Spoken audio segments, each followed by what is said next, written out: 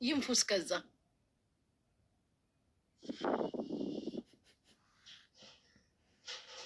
እየነፉ ነው ነብያችን። እሰይ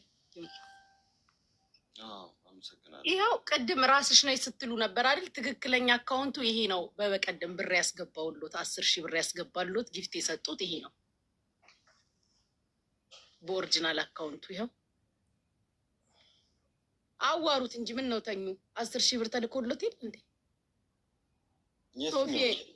ሶፊዬ ወይ እንደምዋልሽ? እንዴት ነው አባቴ? ነብያችንን አወካቸዋል። ብር አስገቢላቸው ያልከኝ በቀደም 10,000 ብር እሳቸው ናቸው።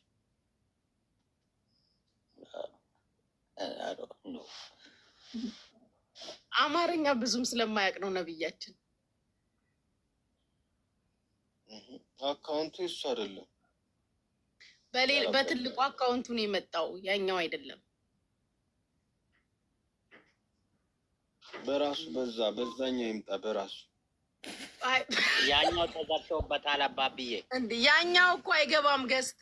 እኔ እኮ ለእርሶ ብዬ ነው ያመጣሁትኝ፣ እንደዛ ስላሉ እርሶ እንዳይደብሩት ብዬ ነው። አሁን የትኛው ይሁንልኝ ነብያችን? ጊዜ ያቃጥሉ እንጂ እኔ እንግዲህ ምን እንደዚህ ማወቅ አልችልም እኮ። የወደዳችሁትን መዳር እንጂ ሲያስገቡ ነው የሚያውቁት። ብር ሲያስገቡ ነው የሚያውቁት አይደል ነብያችን? ብር ሲያስገቡ አስገቡ ሲያስገቡ ነው ማቀዋለ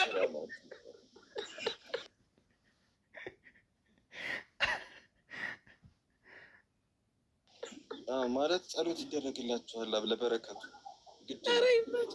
ነብይ ባለፈው እኔ ምንድን ያሉኝ? በባለፈው ህይወት የናይጄሪያ ጠንቋይ ነው ብለው ነበረ። ኧረ ጉድ መጣ። 10,000 መጻፍ የማይችል ሰው አየሁ ቲክቶክ ላይ። አባብዬ እንደዚህ አይነት ሰው ምን ይላሉ?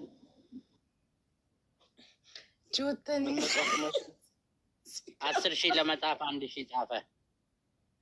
እሺ እያስነፋሁት ነው። ለምን አይነፉ? እየነፋሁኝ ነው እኮ